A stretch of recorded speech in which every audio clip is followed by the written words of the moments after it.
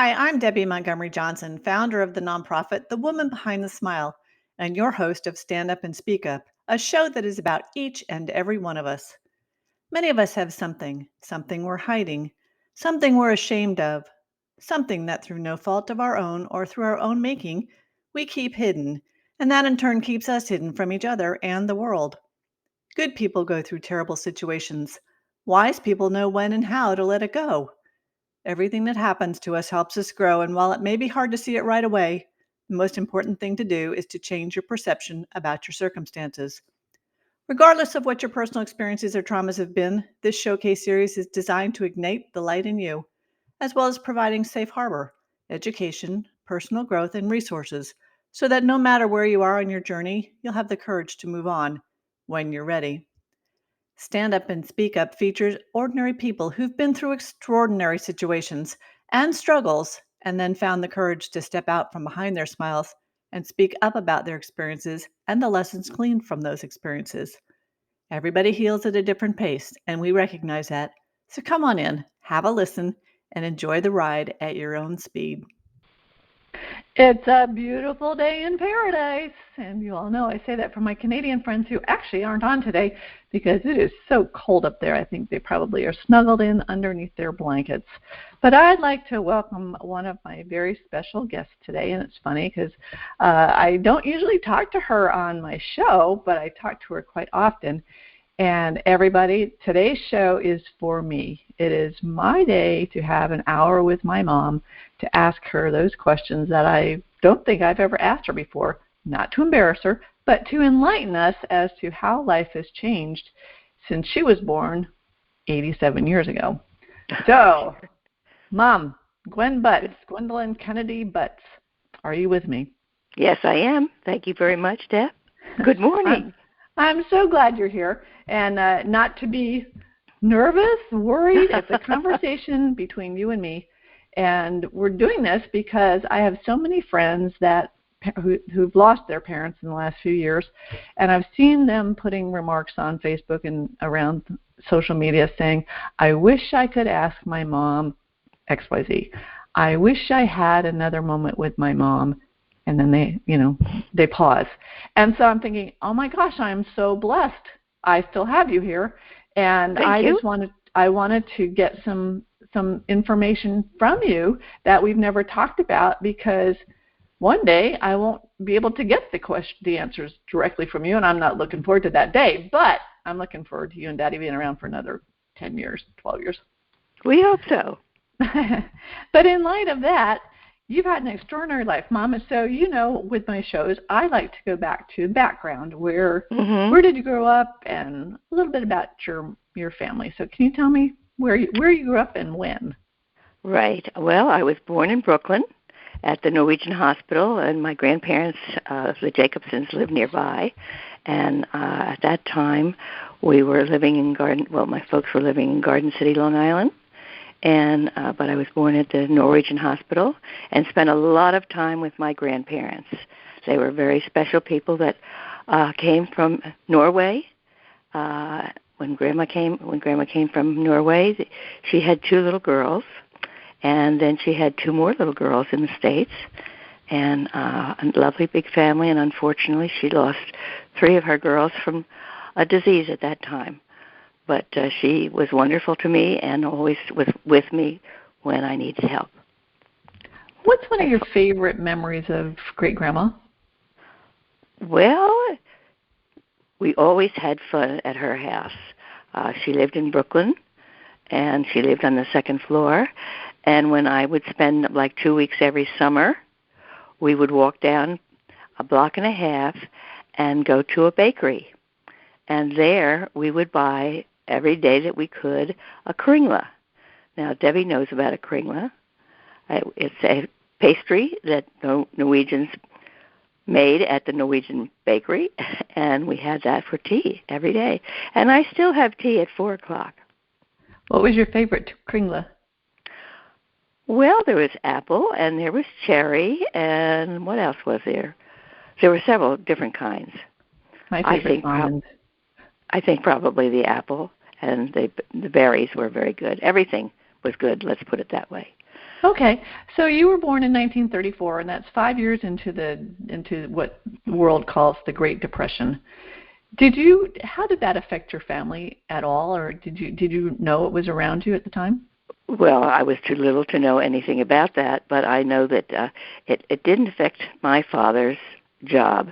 He was with a business in Brooklyn, and he was one of the bosses at the time, and so he had a very good job and a well-paying job for that time of year, of that time of the world.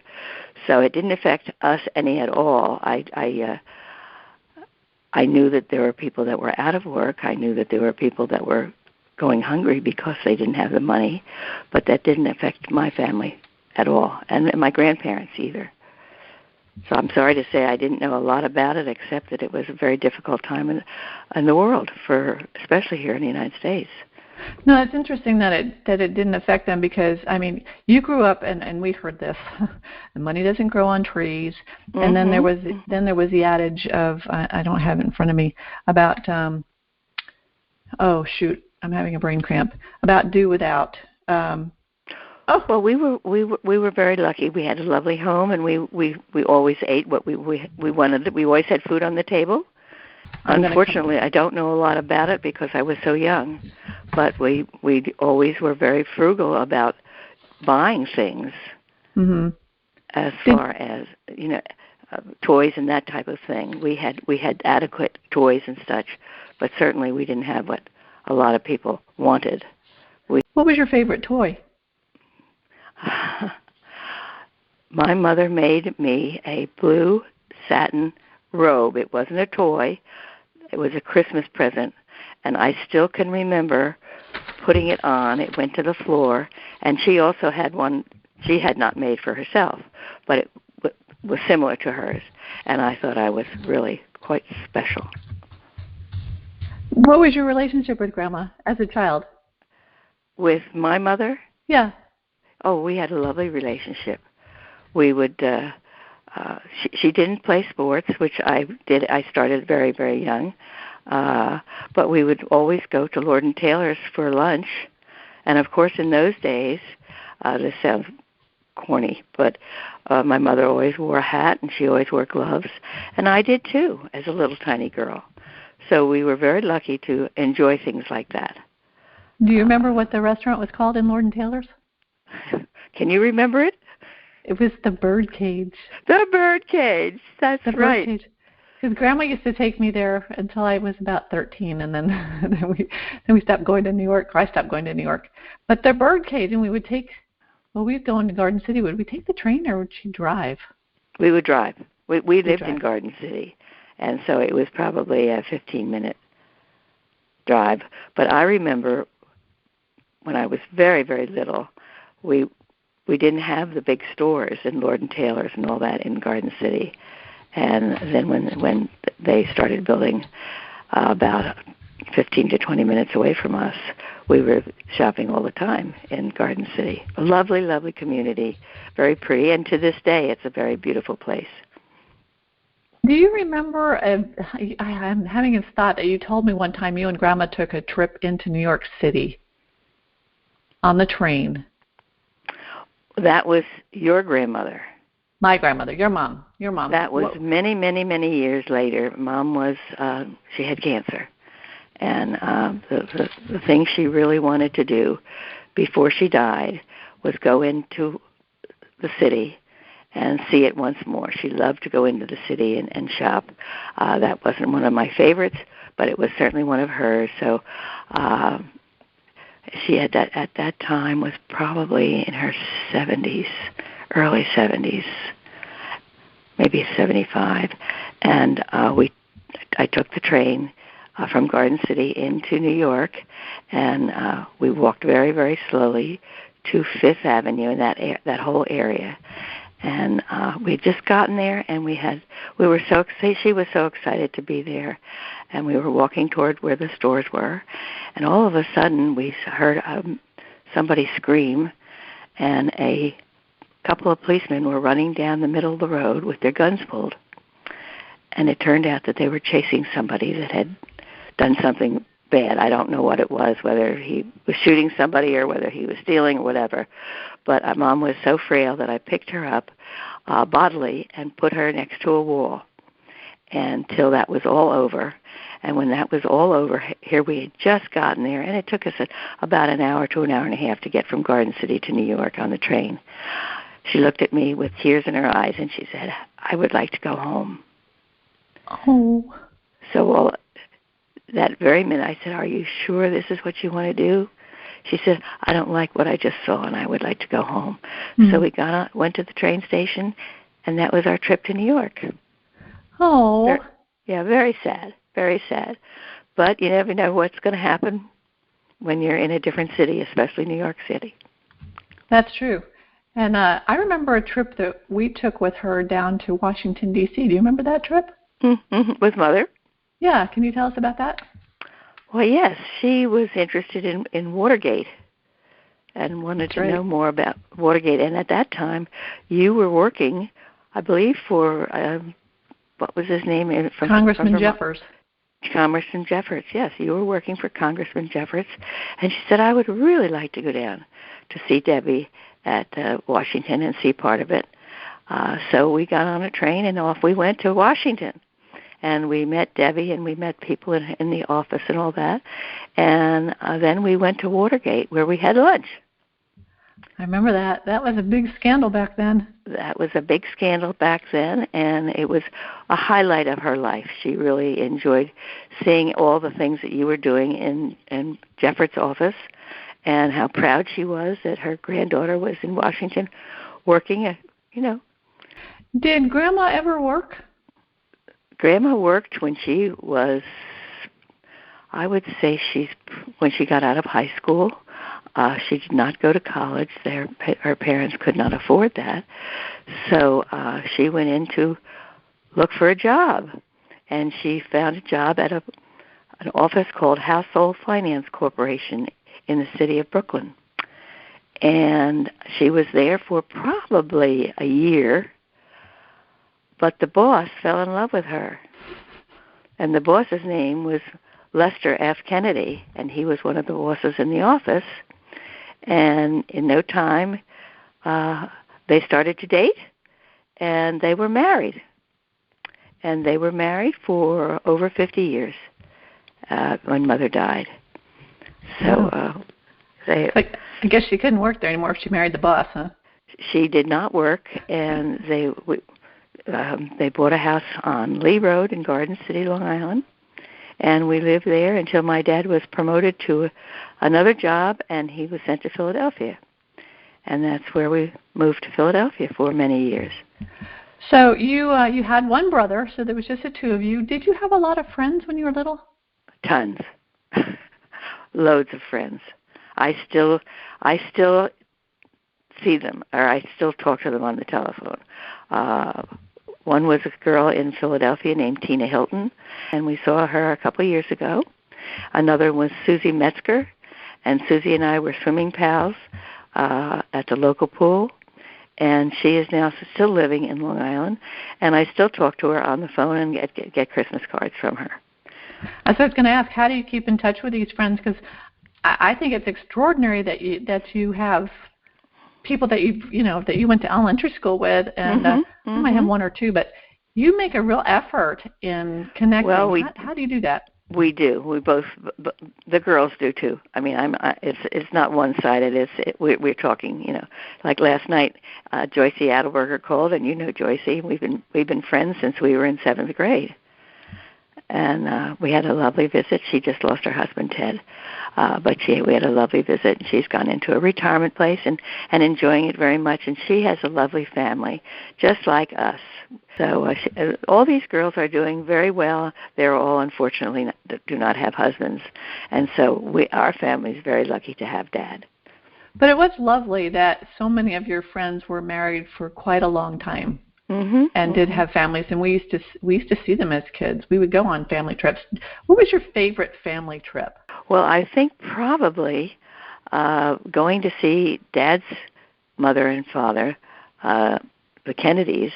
They lived in a beautiful place in was Illinois, and we didn't see them very often because Dad was so busy with his job, but we did try, well, they were still alive. They tried to get out there every 2 or 3 years, and they did live to have their 50th wedding anniversary, and we did go out for that, and so that was really the last time that I saw them. But that was lovely because my grandmother Kennedy loved flowers, and she loved vegetables and fruits, and they had several acres where they lived.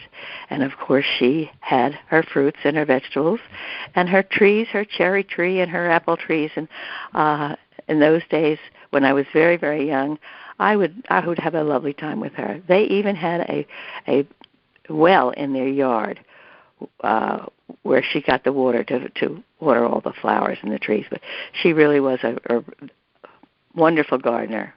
And he was a minister and a farmer. And he had the farm where he would take care of the things like that. But she was always involved in her flowers. And it was a beautiful town. And several years ago, I was talking to my cousin who lived out west. And I said, Judy, I would love to go back and see the farm and the house. And she said, Gwen, no, that whole area has changed. And just remember what you remember, the lovely place it was. The school that had up the street, and it had a slide outside the building. And if there was a problem in the school, the kids would have to run to where the slide was and slide down to the playground. Now, I've never seen that before, and I never have seen it since. But, of course, it was a very old town and a very old school. But it was a lovely little town. When you were little, too, though, Grandpa bought a place up in Maine. And yes. I've heard a lot of stories about up in Maine. But when you would go up, did you have girlfriends go with you? Because it was way up in northern Maine, Moosehead Lake. It was 30 miles away from Canada. And it was on Moosehead Lake. And the closest neighbors were probably 3 or 4 miles away. And no, I really didn't have friends to go up there. My cousin Joni's family would arrive. We had, when we were little, we had families, our families come up. Joni Aspinall and her family, and the boys, Doug Anderson, that type of thing. So that when they weren't there, then I was alone with my brother and my mother, and my dad would fly in on weekends. It still is a beautiful, beautiful place. And unfortunately, when I got married and we had our children and all, we couldn't go up there as much as the other kids did. And then as they got older, as you got older, we wanted to take you on trips to various places, so we didn't spend a lot of time there. So I've moved through the 30s and the 40s, and how did I was talking to you a little about this before with the things going on in the world in Ukraine, the invasion and everything today. I was reflecting on World War II, and that started when you were a kid. How did that affect your life? Well, we lived in Garden City at that point, and my dad was hoping to join the military. He felt that this was a tragic thing that was going on, and he tried to get into the military. Well, unfortunately, they would not take him, and the reason being that he had us to take care of, and he also took care of my parents, my mother's parents, financially, and so he had too many responsibilities. But what did occur, we would have nights when they would blow whistles, and we would have to pull down the dark shades, turn off a lot of the lights, and only have a little. It was a different time in the world, but we did have the dark shades, and then we'd have people walking the street to make sure that everybody was doing what they were supposed to be doing. And then it was probably, I don't know how old I was, but my best girlfriend was Pat Stewart, and she lived next door. And she had 3 brothers, and they all joined the service. And I don't remember where they were, but they were away for a few years. And then they all came home, fortunately. Well, change the makeup, but I found the slogan I was thinking of, and I've heard you use this a lot. It's called "Use it up, wear it out, make it do, or do without." Exactly, and we did. We had we actually. I think coffee was something that we couldn't get a hold of when Mother and Dad wanted coffee, and there were various times when we couldn't get the types of meat that we wanted. Some of the food was not what we were used to eating, but we were very happy when the war ended and all the women came home. So Grandpa didn't go anywhere, but you were saying something about Grandma went into some sort of training? Yes, a lot of the women volunteers to do things at the school, and one of the things that Mom did was go to the school and take a mechanical course of how to take care of automobiles. How to, if we were having trouble with our car, she would know how to do it. And I remember one time we were driving somewhere, and the car stopped, and she was all dressed up. We were going somewhere, and she got out of the car and took her shoe off, opened up the front of the car, and hit something with the heel of her shoe. Now, I haven't talked about this in 50 years, but it came to mind that whatever she did, she hit something in the motor of the automobile, and off we went. So that was one thing that a lot of the women did, was take courses to either help other people if their men were away, or to do this type of thing. Yeah, that's when Rosie the Riveter came out. Absolutely, yes. I was not fortunate enough to do that. I would like to have learned a lot of those things that you know how to do, but I was too busy with the bunch of kids and what we were doing, as far as schools. But it was an interesting time. Did it personally affect anybody in the family? Any uncles or any of Grandpa's family?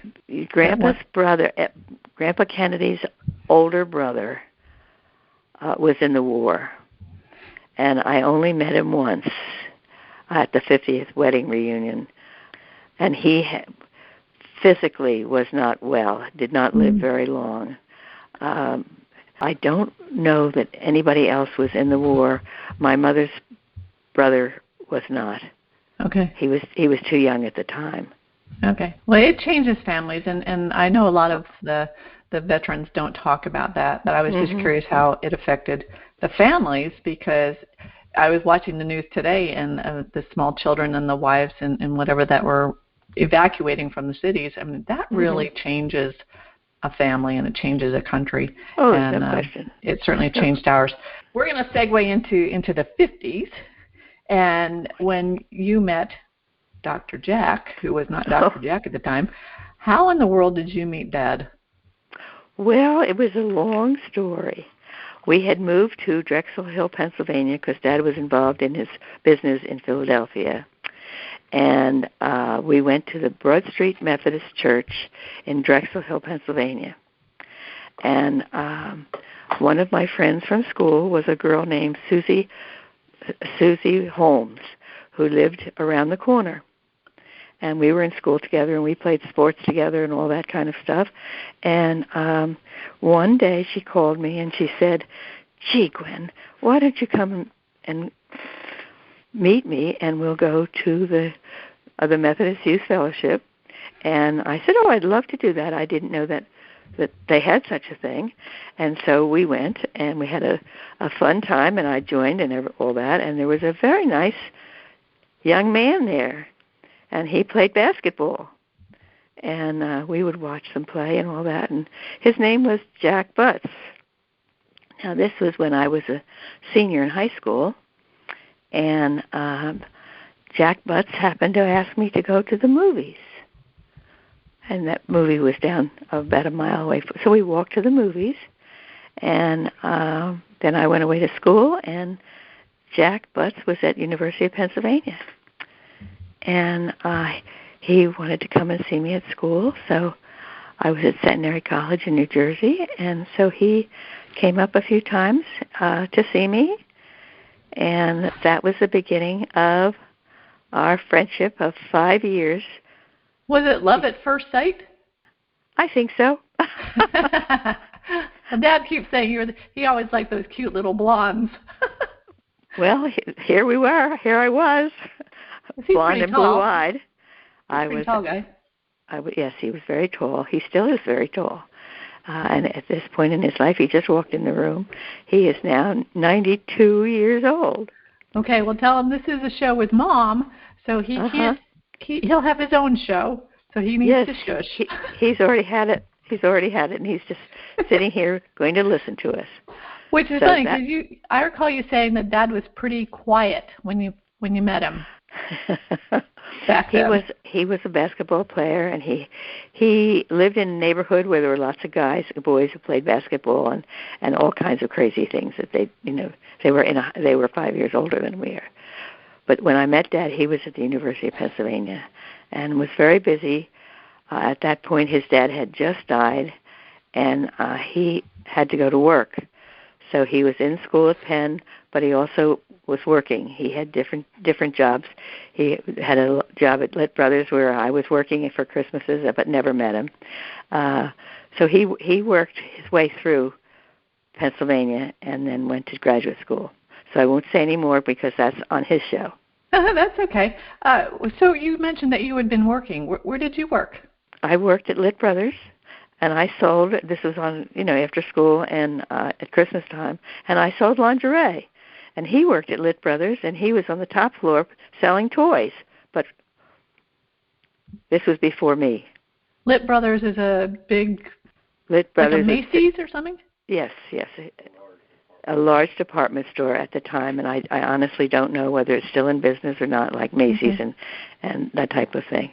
Okay. But I would leave the school and take a trolley and a bus down to 69th Street, where we had Lit Brothers, and that's where we both worked at one point, but we didn't know each other at that time. So you dated for 5 years, and how did he propose to you? Oh my goodness, how did he propose? Well, after 3 years, I suppose, we knew we were going to get married. We just didn't know when, but he wanted to get through graduate school, and so we waited until he was a senior, and that's when we got married. And we've been married for 67 years. But, Mom, how did Dad propose? How did he propose? Don't ask him. I want your side. I guess he told me he loved me and he wanted to marry me. And so, this is funny. But my parents sent me to Europe. I was a singer at that time, and our group of girls were going to Europe to sing at different bases, and so I went there and had a lovely time, but missed him terribly. And I knew when I got home that I would get my ring. And so we were away for 3 months, and when it was time to go home, we were on a ship, and we were really going home in a hurricane, and it took us 12 days to get from England to New York, and I was the second one off the boat, and he was standing there waiting for me. And that was the time that he gave me my beautiful ring. Aww. And then we got married when he was a senior in grad school. Okay. Did he talk to Grandpa before? Oh, Grandpa knew because he had spent a lot of time at home, and even had gone up to Maine with us once. Okay. When he had a little vacation. Those were the days when you would ask the fathers first. Yes. No, Dad knew, and they loved him. They really did. He's a very special man, and he still is a very special man. Okay, so tell me a little bit about your wedding. I know there's a lot of joy, but there was some heartache about the wedding. Can you just explain that to me? Yes, my mother didn't want us to get married until he had graduated from graduate school. Excuse me. At that point, he was 24 years old, 25, and I wanted to have a very nice wedding in Garden City, Long Island at the time. That's where we were living. And so mother said, I won't go to your wedding until he graduates. And she meant it. So I said to Dad, we really want to get married, and we've been dating 5 years. And he said, I think you should get married anyway. Go talk to your grandparents and your aunts and uncles and see what they say. And that's exactly what I did. And they all said, oh, what's the matter with your mother? Go get married. So we got married. We had a lovely small wedding in Philadelphia, and we were married at the Broad Street Methodist Church, and one of the ministers was one of Jack's friends, and all our high school, college friends were there. And then Jack's mother had a lovely little party for us at her home, lovely home, and we went to Penn State, where Jack's sister Peggy and Jim lived. They were married up there, and we went up there. That was our honeymoon. We had 2 days of a honeymoon, and we stayed at the Nittany Lion Inn, which was a very small hotel, and today it is an enormous hotel, still in existence, but it was a lovely small hotel, and everybody that have been our friends said, why didn't you go back there for maybe 25 or whatever? Well, we have not gone back there, but that was a lovely time, and since then we've had many wonderful trips, and they were all honeymoons, let's put it that way. Well, I've seen pictures of the wedding, and you were a beautiful bride. And thank you. I know it was interesting when I got married up in Woodstock. That was the last big hurrah for Grandma Kennedy. Mm-hmm. I think she lived vicariously at my wedding. She lived your wedding, I think. I just recall she walked down almost like the Queen Mum. Mm-hmm. Yes, she did. And that was just a couple of months before she passed. Right, and so she stayed. We had a lovely reception for you in Quechee at the Quechee Club, mm-hmm. and she stayed until the last minute. And she died, what, a month later? 3 months later. 3 months later. Did you ever have an opportunity to talk to Grandma over those years about what happened, or did you just kind of? No, I never did. Squash it. Yeah, I never did. It broke my heart that I couldn't have the wedding that was planning, because we were going to have a Christmas wedding. But no, I never, and she didn't bring it up either. Was it uncomfortable over the rest of the years? I mean, did you ever feel like you were a little bit on eggshells at some point? No, I don't think so. We enjoyed our whenever we were with them. Okay. No, it was never brought up. Okay. Well, that's. I think that my grandparents were very, very happy what we did, mm-hmm. Grandma and Grandpa Jacobson, because they loved Jack as much as the whole family did, and they're all gone, unfortunately, today. But we had a lovely time with them when they were alive, and we would have Christmas with Grandma and Grandpa, that type of thing. Well, I remember that one time when I was small, and we talked about this the other day, we went to visit Great Grandma Jacobson in her Brooklyn place, and I only remember walking up the stairs to this brownstone, and she was sitting in front of the window, which mm-hmm. was, I don't know if it was maybe a bay window, in a chair, and we took her a big box of Lifesavers. That was a Christmas present to Grandma every Christmas. She loved Lifesavers, and that was her chair where she would sit, and she taught me how to sew and that type of thing. When I would spend like 2 weeks every summer with them, that's where she always sat. But I remember when I was younger, she had a big table in that room, and we would all gather there for Christmas dinner. So holidays, who would do the cooking? Yes, Grandma. Did she teach you? Uh-huh. She let you guys and into we the all kitchen? did the dishes. We weren't allowed to go to church. I mean, we weren't allowed to go to the movies, but we stood and did dishes of all those people. And that's why I think about you, how lucky you are that you have a wonderful husband who does the dishes. Well, this brings it up. When you were doing the dishes, was it just the girls doing the dishes, or did the boys have to do the dishes? Well, no, not at Grandma's. But I did bring up our boys to help us. And now our boys. I know you did with us, and I walked out of the house one time because I told the boys that I wasn't the only one doing the dishes. Exactly. But when you grew up, was it expected for just the girls to do the dishes? Yes. What were the boys doing? Well, they would go into the front room and talk, and I don't know. That's the way it was. but Grandma did she did all the cooking, and Grandpa was a very good cook also. And he was a very talented man. He was a carpenter. And he even learned how to sew and use the sewing machine. And he would make curtains, can you believe? Can you imagine your father sitting at the sewing machine making curtains for our house? No, how cute. What was your favorite recipe or favorite food that great-grandma would make? Norwegian steak, which we had last night for dinner, and cinnamon pie, which was not Grandma Jacobson's recipe. It was Nope. Grandma Kennedy's recipe. And that's how I got it from Grandma Kennedy, but I gave it to Grandma Jacobson. I think that pie, to this day, is my favorite pie. And if Brad listens to this, the last time I made that pie, I screwed up. And the last time you made that pie was last week, and it was delicious. All right, but one time we were all together, and Brad was with us, and we were having cinnamon pie, and Brad had a piece, and he said, "Mom," he said, "you know what? I don't think this tastes right." And I said, "Really?" What I had done was forgot the cup and a half of sugar. So all of a sudden, that pie was taken into the kitchen and thrown away. You were literally eating a cinnamon. Yes. It's for people who have never had cinnamon pie.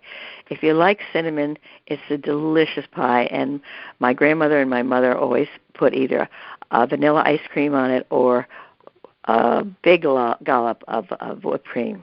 Yeah, it's a delicious. And you could even have both. It's a delicious pie. And I still, as I said, I made it the other day, and Debbie's husband, CJ, I was told didn't like cinnamon.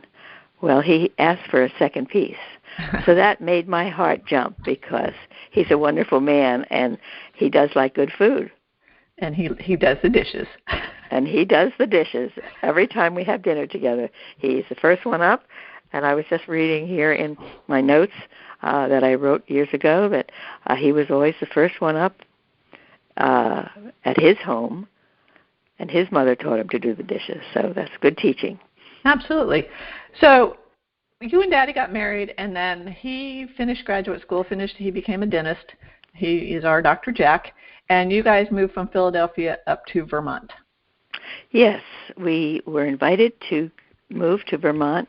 They were starting a new health center up there. Oh, before that, we were sent to Vermont. Dad was in the Air Force.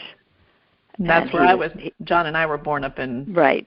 We were at Ethan Allen Air Force Base in Burlington, Vermont.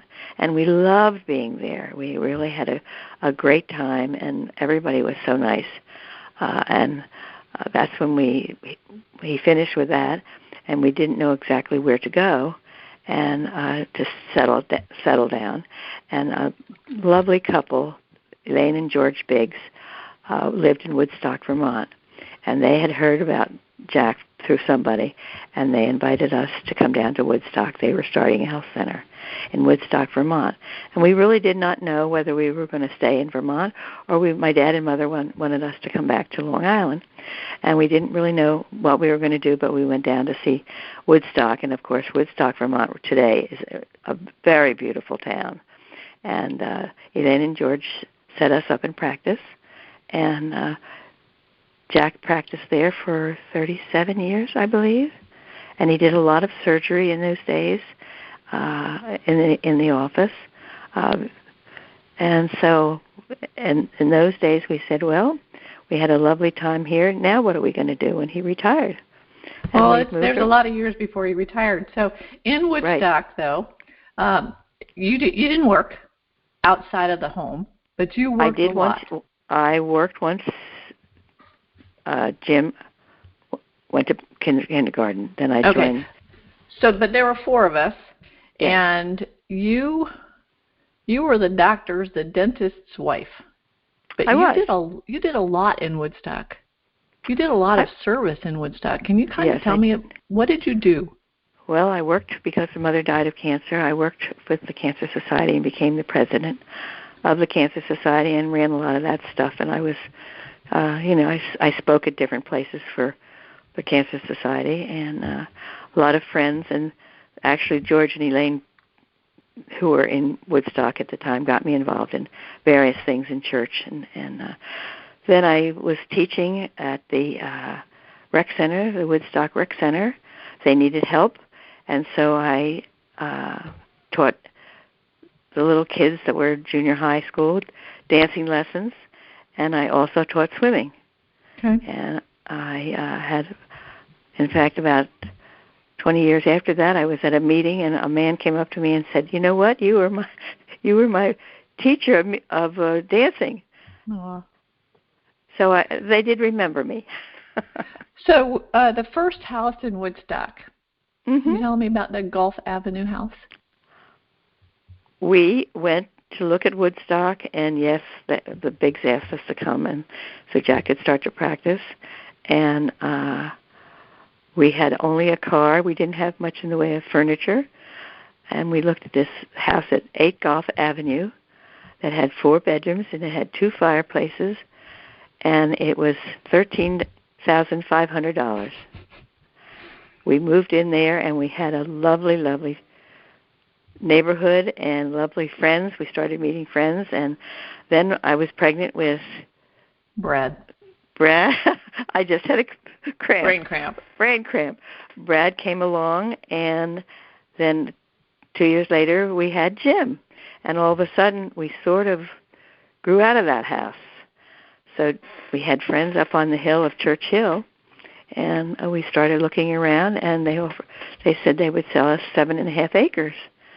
So we went up and we walked to 7.5 acres, and we bought 7.5 acres, and we started to build our dream house.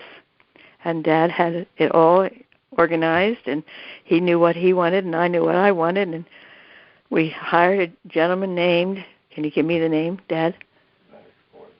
Max Boynton, who was a builder, and he had built some lovely homes. And so they started doing, in those days we had a cellar, and they started digging the hole. And Dad came home and he said, "Oh my goodness." He said, we have a problem because the hole was filling up with water. Well, leave it to the builder. He knew exactly what to do and pipes to put in and all that. And we didn't have a swimming pool at that point. They built a lovely, lovely home that's still there. We sold it before we left Woodstock, and the people who live there have told us that they're going to live there till they die. They just love a beautiful home. Well, it was an idyllic area to be in and a great way to grow up. But we didn't have such joy in the 70s in Pineview 2, in Pineview 1. Can you tell us what happened in January? Yes. Because you were downstairs, weren't you? Yes. Well, we had a new car. The reason being we were visiting Gail and Tommy Coggins. Do you remember them? I do. In New Jersey.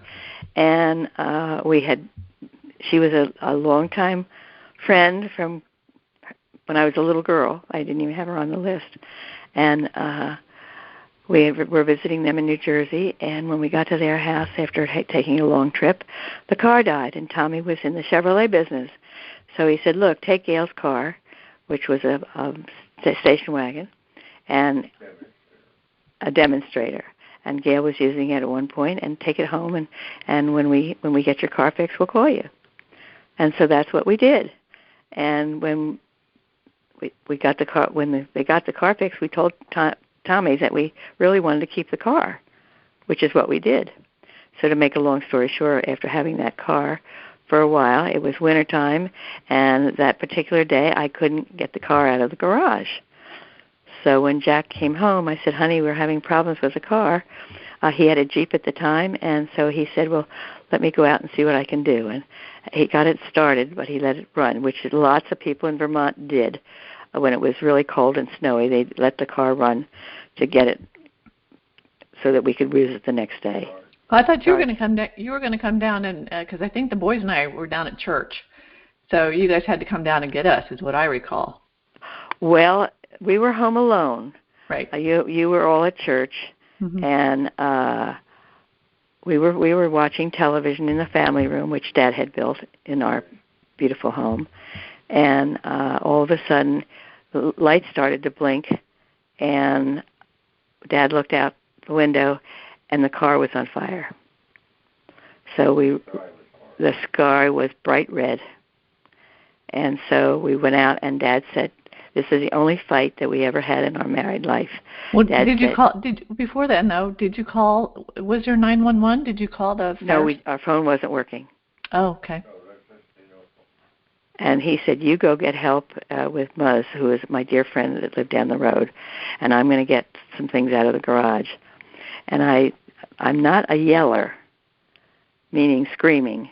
Mm-hmm. And I stood in the driveway, and I looked at him, and I said, "Honey, I've loved you I'm going to cry. I said, "Honey, I loved you all these years, and I'm not letting you go to that garage. I'm sorry."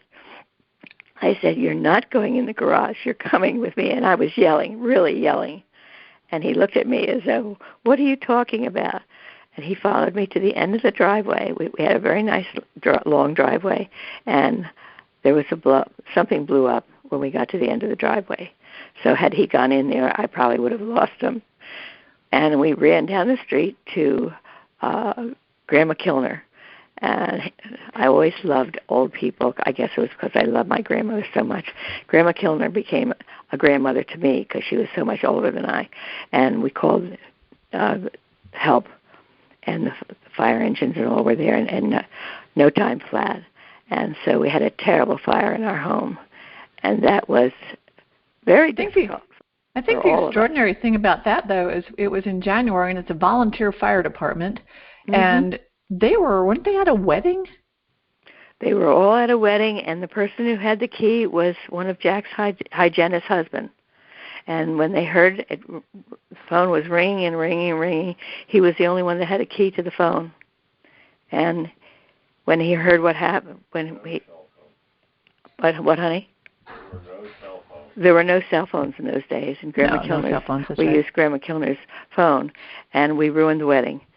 It was a fireman's daughter's wedding, and all of a sudden they were all at our house trying to put out the fire.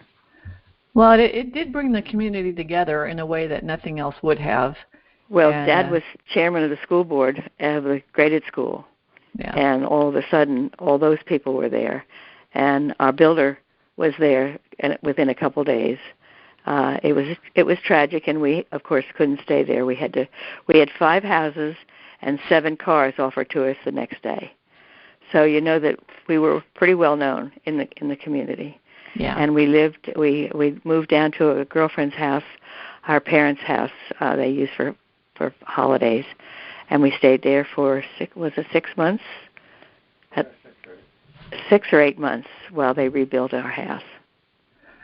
And of course, it was a tough thing because the boys and I that was right before I left to go away to private school, and John was away already at Deerfield. John was already gone, and you were going to Exeter, and a friend of yours, mother, and her daughter had a party for you, and they provided you with everything, or a lot of things that burned up in the fire. Yeah, that was a really difficult time to That was a go very away. very difficult time. But we were happy that Deb was going to Exeter. It was a very hard school to get into, and she was a bright girl. And so, what positive came out of that fire? Looking back, we rebuilt the house the way it was, but added some additions. Okay. So it's still a beautiful home. It's high on a hill, and it's still on 7.5 acres. Yep. And we had a lovely time there until Dad decided to retire, and that's when we decided to do other things. During that period, we were invited by neighbors to go to Florida to a place called Innisbrook Golf and Tennis Resort. And they invited us several years, and we decided we would like to be there. So we bought a condominium, a very small one, but it fit the kids, the 6 of us. And we were there for several years for vacation, and then when he retired, we bought a larger one, and that's where we retired. And we were there for many, many years. until, why did we move from there, Dad? Oh, you went up to Virginia. Before we're running out of time. There's so much to talk about, Mom. We're going to do this again, but I have just a couple of questions. Okay. What is one thing that you've never done that you would really like to do? One thing that I've never done. Well, I'll tell you, it was a thing that we were going to do with Nancy and Bob Breckenridge. They planned a trip to Alaska, and they asked us if we wanted to go with them. And we said yes, we would love to do that. And unfortunately, I believe Bob fell and broke a knee or a hip or something, and we had to cancel it. And so we said, all right, we'll cancel and we'll go at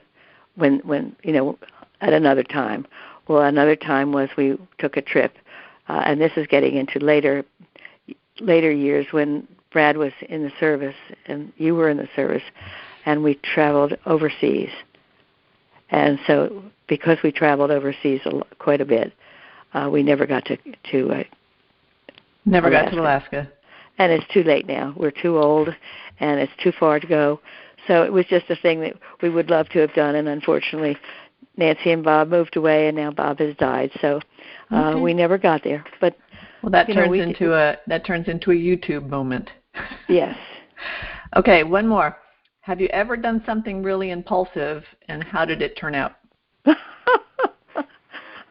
The only thing I can think of is I was a very little girl. I was going to grade school in Garden City, Long Island. No, I guess we were like in 6th grade. And my mother was doing something that day, and two of my girlfriends, one was Alice, and I can't remember the other girl. We went home, because Mother wasn't home, we went home to have lunch. And we tried to learn to smoke a cigarette. And it was the worst thing I had ever done in my life with the girls. And when my mother got home, she said, "Who was smoking in our guest bathroom?" And I got caught. And that was probably the worst thing that I ever did. And why I remember today, I've always said smoking was bad for everybody. Were there any consequences? She yelled at me, and I wouldn't have guessed that of the one. Family, I was good shoes. I was goody good shoes. Yeah, you were. Any shoulda, coulda, woulda moments in your life? Anything that you wish you had done that you didn't, other than to travel personally? No, I don't think so. We've had a wonderful life. We've traveled extensively. We owned several homes as we invested in things and would rent them out. And I have one thing that you used to tell me about, though, is about finishing school. You got your associate's degree before you and Dad got married. Right. And I was very active in school, and I had a lot of honors and blah, blah, blah, and graduated with an honor. And so I would have gone on, but we were living in Philadelphia because Dad was finishing graduate school.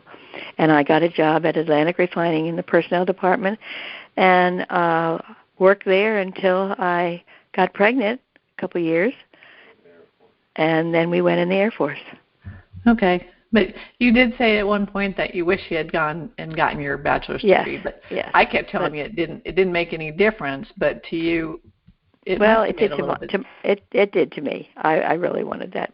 And I thought about going back to school, but with 4 kids and a husband who had a very busy business, and I was so involved in Woodstock with extra curricular things that it didn't happen, and here we are. Now we're living in Florida.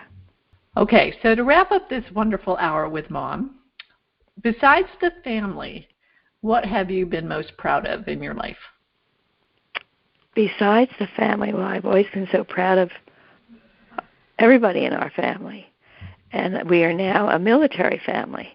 Besides the family, what have you been proud of in your life? Oh, my.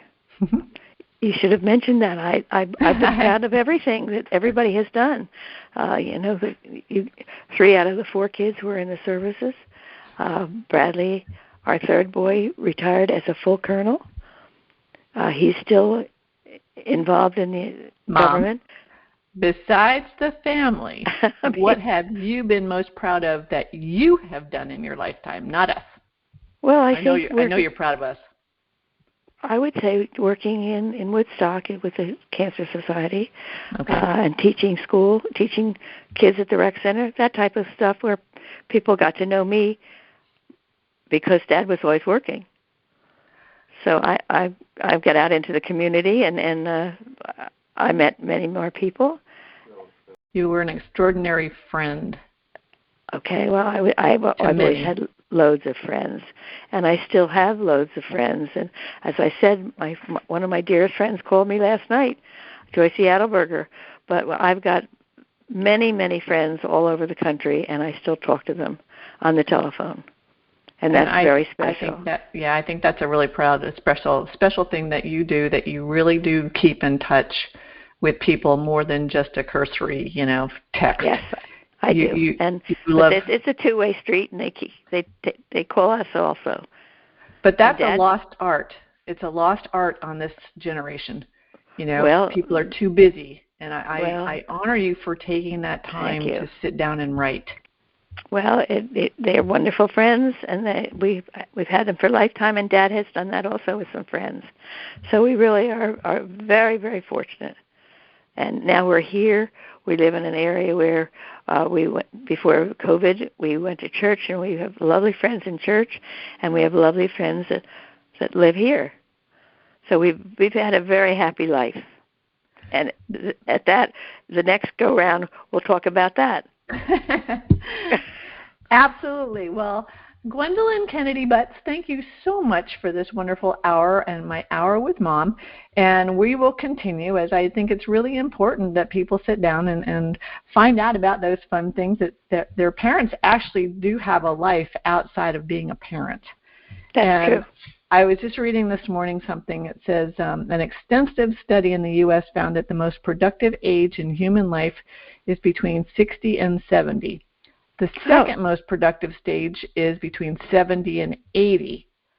And I think actually the third most is between 80 and 90, because I see you and Dad and the things that you're doing, and actually 90 to 100, because you've kept so active physically, and it's kept you active mentally, and being around so many people and doing so much service all your life, I think has created an incredible experience for you, but also for us looking to see how we're going to grow up to be the next generation, if that makes sense.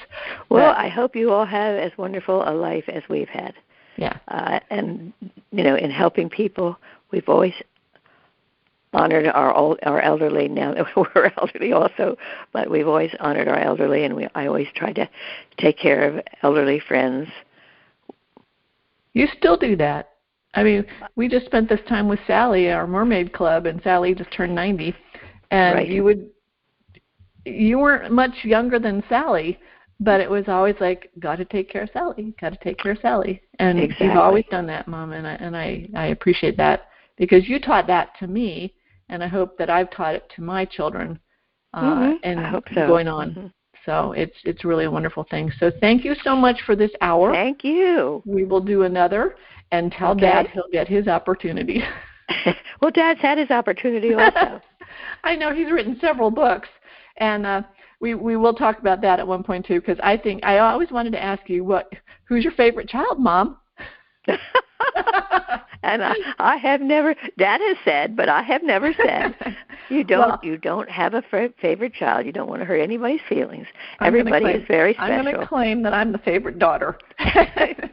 That's true. That's true. Well, we wanted more daughters. We wanted more daughters, but unfortunately, I couldn't have any more children. So we were very fortunate to have what we have. You got some beautiful daughter-in-laws too, so we'll pass it on. Yes, we do. But thank you so much for this hour. And thank you, my dear. I feel privileged. We will do it again, and I appreciate you, Mom. Thank you so very much. That's thank the end you of this also. Show. Okay. Right. Bye. Bye, dear. Thank you for listening to Stand Up and Speak Up. We are dedicated to encouraging you to remove the mask of embarrassment and to being your best self. If you are the victim of a scam or cybercrime, please visit againstscams.org for assistance and guidance about options and recovery.